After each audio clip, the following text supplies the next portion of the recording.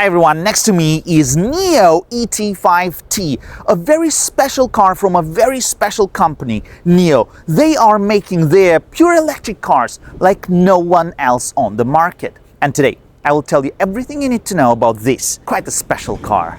My name is Amin and welcome to Car Shifu.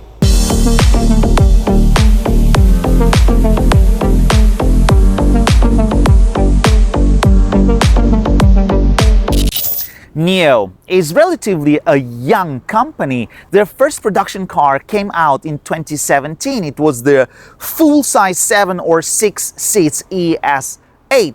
But let me tell you about NIO, this brand, and how they're making their cars, because when they started making cars, when they started designing cars, well, charging infrastructure was very, very different. Also, the speed of charge or the batteries getting charged was not as quick as now. Now, BYD, they have their blade batteries and their flash charging, where you can charge it from 10% to 80% in a little over 5 minutes. But no, in 2017, it was very, very different story. So NIO, they said, okay, if we cannot charge our batteries quick enough, if it's not convenient enough for our customers, and we do it very different way. Why don't we swap the batteries? All right, swapping the batteries, but how and where? So NIO, they designed special stations where you drive your car. Well, actually you drive to this station and your car drives into the station by itself fully automatically. You change your battery and you leave in 5 minutes with full battery. It takes 5 minutes and you have a swapped, fully charged battery. And this is something that only NIO is doing, or only NIO is doing it properly. And they have a considerable amount of these stations in China. So basically, it's just as convenient, mostly, as filling up your tank with petrol. So this is a very special thing about these cars. But apart from this, NIO is a very, very nice car to sit at and to drive. Before I tell you about the technical part, its range, its powertrain, its motors and everything, let me tell you a little about its background, because in 2021, in the end of 2021, December, came out ET5. This is the second generation cars, or the second generation platform for the cars from NIO. It's a 400 volt platform. And at that time, this beautiful car that was aiming, well, for younger people, well, it was quite special. And after a year and a half, in 2023, June, came out this beauty, this touring car, ET5T, where T stands for touring. This is an estate car and it's beautiful. Usually I do not talk a lot about design, because design is something that very personal. Some people, they like it, some people, they don't. But design-wise, ET5 and ET5T, they are quite successful cars because they do look beautiful, muscular, clean, sporty, and elegant. All of the new cars, ET5 and ET5T in 2025, they had a facelift, and during the facelift it did change quite a bit. If we talk about its platform, well, there are not much changes, but if we talk about its suspension and its interior, also its exterior, there are some changes, and we will talk about this in a minute. First, let's talk about the technical part of it. I really do like how NIO, they make their cars, or what kind of a choice they give you, because technically it gives you everything possible, or everything that they were wishing to give you in the top trim. For example, all of the ET5 or ET5Ts, they are 4-wheel drive cars. It means they're dual motors, so you do not have a choice of front-wheel drive or rear-wheel drive, and then if you add some money, you get 4-wheel drive or dual motor. No. Well, technically, this car is as good as it was supposed to be. So you do get dual motor, one at the back, one in the front, and the one at the back has a lot more power than the one at the front, which is giving it quite an interesting way of acceleration. It pushes you, it does not pull you. And it has a lot of power. It has 490 horsepower and 700 Newton meters of torque. This thing does 0 to 100 in 4 seconds. It's quick. And when you accelerate in its Sport Plus mode, it pushes you forward so quick, and you do feel how the front wheels are trying to help and assist, and this feeling is so good. If we talk about the suspension in the front and in the back, it has a multi-link suspension, and starting from the facelift, starting from 2025, it has adaptive damping, which did affect its ride actually a lot, and we will talk about this in a minute when we will drive it. And now comes the cherry on top, is the batteries, the range, and the battery swap part. Because you have a choice of two batteries, 75 kilowatts and 100 kilowatts. With 75 kilowatts, you have a 550 kilometers CLTC range, and with 100 kilowatts, you do get 710 kilometers of range, again CLTC. In the perfect conditions, you might get this. Well, in the real world, it will be very different. But the thing is, you can swap the batteries. You go to a swapping station, you drive in, or it drives inside, you change the battery and you go. Yes, maybe the charging is not that quick for these batteries, for this 400 volts platform, but you swap it in 5 or 6 minutes. If you have to wait or stay in a line, okay, 15 minutes, and you go with a fully charged battery. Let's talk about the prices, because here in China, if you would like to buy this car with the battery, you have to pay around, well, 300,000 yuan, which is approximately 30,000, a little more than 30,000 euros. And for this money, you do get four-wheel drive, you do get 490 horsepower, you do get 0 to 100 in 4 seconds.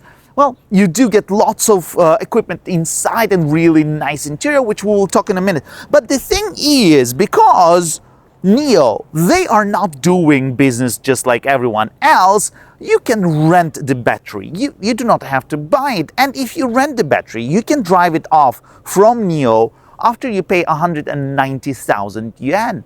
190,000 yuan, it's a little less than 25,000 euros.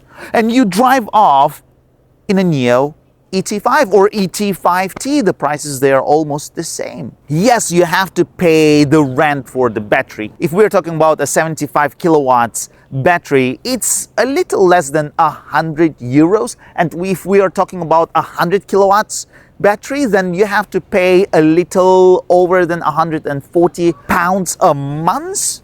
Well, you're driving off in such a car, beautiful, well equipped, quick, after paying less than 25,000 pounds. It makes you feel like you cheated the system, that you gained something from somewhere that you're not supposed to. It makes you feel good. Touring cars or estate cars, well, they used to be something of a European thing, but now in China, most of the brands, they are starting also making touring cars or estate cars. Well, the reason is very, very simple. Now in China, people, they love going out to the nature, taking the chairs and the tables and everything, cooking outside, spending with their family time in the nature. So estates or tourings in this aspect, well, they are really nice to use. This beautiful backside. Well, everyone, just take a look at it. Well, don't look, what do we have inside? Me and my team, we are shooting, so we have lots of equipment and everything inside. But the thing is, its boot is big enough to put everything you need. I have 2 kids, my wife, I have a Labrador. I put all of the stuff inside. And the thing is, which is very different from a sedan or a hatchback, well, with the hatchback, the size is the difference, but with a sedan, it's how you put stuff inside, because you do not have to squeeze it inside through a very small gap. No, you just pick it up and you put it inside, or you just slide it off, and it's so good to use.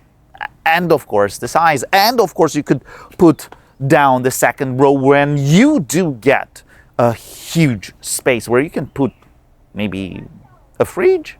So yeah, it's good. It's very good. Let me close these. Well, if we talk about the interior, 99% of it is really, really good. And then there is this 1%, which is huge, that I don't really like or is not really suitable for me. And well, let's talk step by step. And let me start with the good part. First of all, the design. Yes, it's a minimalistic design, but it's so nice. All of the materials, everything that you touch is covered with leather or really nice plastic or fabric. And only if you go low down here, the plastic is, it's hard but not really cheap, so the interior gives you quality feel and it's well made. Then all of the toys you get, of course, with the facelift in 2025 there were some changes. First of all, the screen, it used to be here and it was smaller, but now you do get 15.6-inch AMOLED screen, a big one that is put right on a dashboard where, well, it's better to use. You do get a new, more powerful processor. You do get new OS or a newer version, which is really nice to use. It's very responsive and you can talk to it. You can give it voice commands and it does everything that you have in your car to turn on your massage or cooling or heating and so on. It does have an HUD, and if you're willing to spend a little extra, you do get a small Nomi robot. Now, it doesn't have this robot, which has lots of faces and everything. It's quite nice. Kids love it. Well, this car doesn't have it. The adjustments of the steering wheel, first, it's electric. Second, well, the range is really big. It goes up and down and forward and backwards. It's really nice. The equipment here also really good. You have heating, cooling, massage seats in the front. You do get heating in the back. You do get a huge glass roof. You get wireless charging, 2 of them. Well, you get everything you want in it. And also with the facelift, these seats, the front seats and the back seats, they became so much more comfy. They're soft and they're supportive. Your back is held well in the corners. Well, they found a perfect match between comfort and support. It's really nice. This cabin is such a nice place to sit, apart from one thing. If you're a tall person, or if you would like to sit in a car as you do in a sports sedan, which this is, it is a sports sedan, you cannot sit really low. And this is this problem comes from the good side, or a really good side of this car, because you can swap the batteries. This system takes a little too much of space in the floor, which means your seats, they are positioned a bit higher than normal, which means you cannot adjust your seat low enough. I do love driving sitting low, and in here I can't. Most of my team, they sit inside, and as they are, well, they're perfectly normal people and they do sit normal and they find the sitting position okay. And for me, as I drive every car as a Ferrari, I would like to have a little more adjustment down there. I mean, I would like the seat go a bit more down. Otherwise, a very nice place to sit.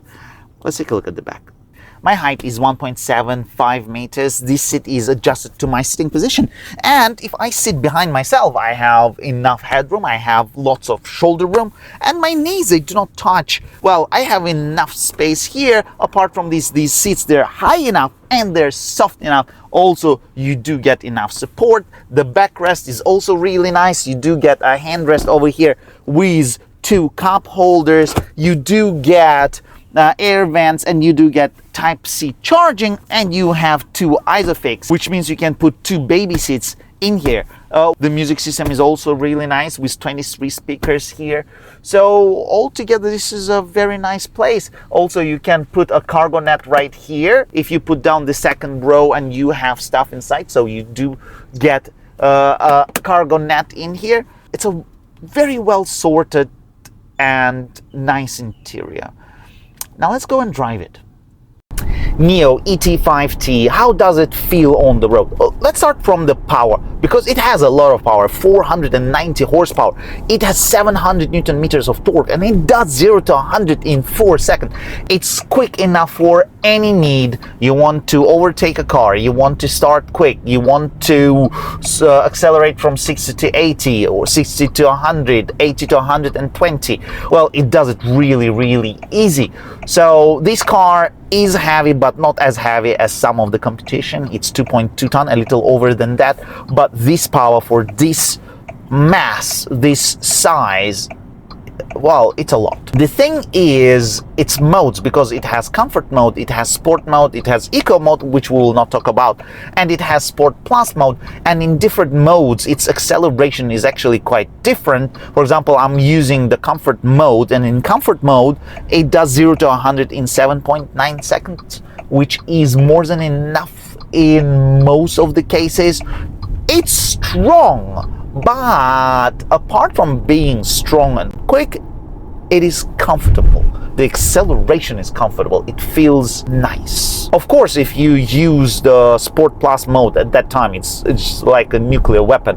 It just blows forward and it just goes. And because the rear motor is much stronger than the front motor, well, it feels rear wheel driven and it pushes you forward. And the front wheels, they try to give you as much assistance as they can, but during the acceleration, the mass moves backwards, so there isn't much mass in the front. So this feeling is, it tickles, and this is important. It gives you this feel of fun.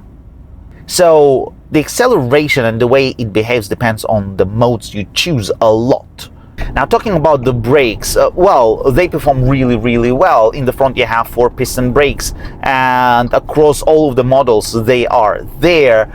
So the braking is not something that you would be worried about. But the thing is how the brake pedal feels under your foot. This is the main part, or where each car can be different. Here, yes, there is some travel in the pedal, but this travel comes together with the pressure. So you push on it and it's not soft. So when you press the brakes, it's heavy enough, but it's not too heavy, and it's not soft. It's just as you expect it to behave. So it's really nice. So you control all of the braking, not just with the travel of the pedal, also with how much pressure you give it. So it feels really nice. It feels very natural, and it's something that you will not think twice about. It's just as it should be, and you will not notice it. And this is the biggest compliment for the brakes, because they're ensuring they're natural and you do not really notice that. That's great. Talking about the steering wheel, well, let's talk about the weight first, because here you can choose how much weight you would like to have. You want it to be a bit more light, or you want it to be a bit more tight and heavy. Well, you have this choice thanks to different modes and different adjustments that you can do in different modes, especially in the individual. I chose the middle normal mode, and it's weighty enough. It's not too light, it's not too heavy. It's really nice in your hands. And then about how much information it gives you. Well, this car, it's sport estate or sport touring car, so it has to give you enough information. It has to be fun, and it has to be natural enough. It has to be quick enough and clear enough. But at the same time, NIO is a luxury brand, and they make comfy, luxury, expensive cars. So it has to be comfy enough. And in here, I'm actually quite happy to say that it did really well, because I have all of the information I need, what my front wheels are doing, what angle they're turned on, what kind of surface I'm driving on, and in the corners how much grip you have and how much more stress you can give it, and all of this information comes into your hands through the steering wheel, which is really, really good. So it is ensuring, and well, it's quite natural, but also it filters all of the unnecessary information, for example, bumps and all of the jiggles and stuff, so you do not feel them on your steering wheel. So it's a really nice place to sit, and it's a very nice steering to use. If we talk about the suspension, well, this is where the facelifted ET5 or ET5T, they have a biggest change. Why? Because now, after the facelift, they do get adaptive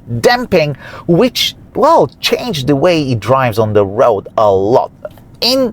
Before the facelift, it was a setup with multi-link in the front and in the back with fixed damping and everything. But now you have adaptive damping, and well, maybe it's not as tight as it used to be, but it's so much more comfy and it's so much more luxurious. And also, it handles the weight of the car so well. First of all of the bumps and cracks on the road, it just filters them and you do not notice. And second, it handles the weight in the corners so well. You do get some movement of the car in the corners, but it doesn't lean a lot, and also it happens really naturally and not fast. It's not scaring you, so it handles really, really well. And the softness and the tightness is there. What do I mean? I mean that it is soft enough when it needs to be, and in the corners it's tight enough to handle the corner and to keep the car not flat but well controlled. So suspension wise, this change, well, it's a really, really welcome change with adaptive damping. It feels really nice. If we talk about how quiet the cabin is, it's also something that will surprise you, because you do not have much road noise, you do not get any noise from the tires, you do not get much noise from the outside or wind noise. It's a very comfy interior to drive. Also on the highway when the speed is 120 kilometers an hour, well, actually it's quiet. So here it's also really nice. If we talk about the assisted driving on the highway, it's really good. On the expressway, it's really good. In the city, it's a lot better than it used to be. You do get LiDAR in all of the trims, you do get a lot more processing power, and well, a lot more experience from NIO in assisted driving. And it does show, because yes, in the city there were some moments where it needed my assistance, where it needed me to, well, help it to choose the right lane or to avoid stuff, but it is already a system that you can, well, you should not rely on them, but you can use them under your supervision, and it actually does well, especially on the highway when you drive far. Not bad, really not bad. We had holidays here in China, May holidays, and it was from 1st May all the way to 5th May. I took this car from NIO. A few days before that, I went for a trip with my family. I took my dog, my Labrador, which is not a small dog. I took all of the camping stuff with me. It drives really well. It handles the mountain roads, and you do get driving pleasure with it. It's quick, it's comfy, and after the facelift, which it had in 2025, the way it drives, the luxury of the drive is quite high. Yes, the charging is not that quick. Yes, the range is not that high, but you do get a battery swap. You just go, you swap the battery, and you have a full charge again. I really, really do like this car. The only thing is the sitting position. For me, if I could get this chance to adjust it a bit lower, to sit a bit lower in it, that would be perfect. And actually, I would consider buying this one. Now, this very small thing separates me from really, really liking it and loving it. But again, this is only my thing, because if you do not look for a very, very low sitting position, you will love it as it is right now. So the good news, you do get NIO in Europe. So if you have NIO dealership close to you, go, try it. You will like this car. And for today, this is it. I guess now you know everything you need to know about NIO ET5 or ET5T, because mechanically they're very, very similar. It's time for me to say goodbye, and please subscribe, push that bell, give me a like if you like the video, and as always, welcome to Car Shifu.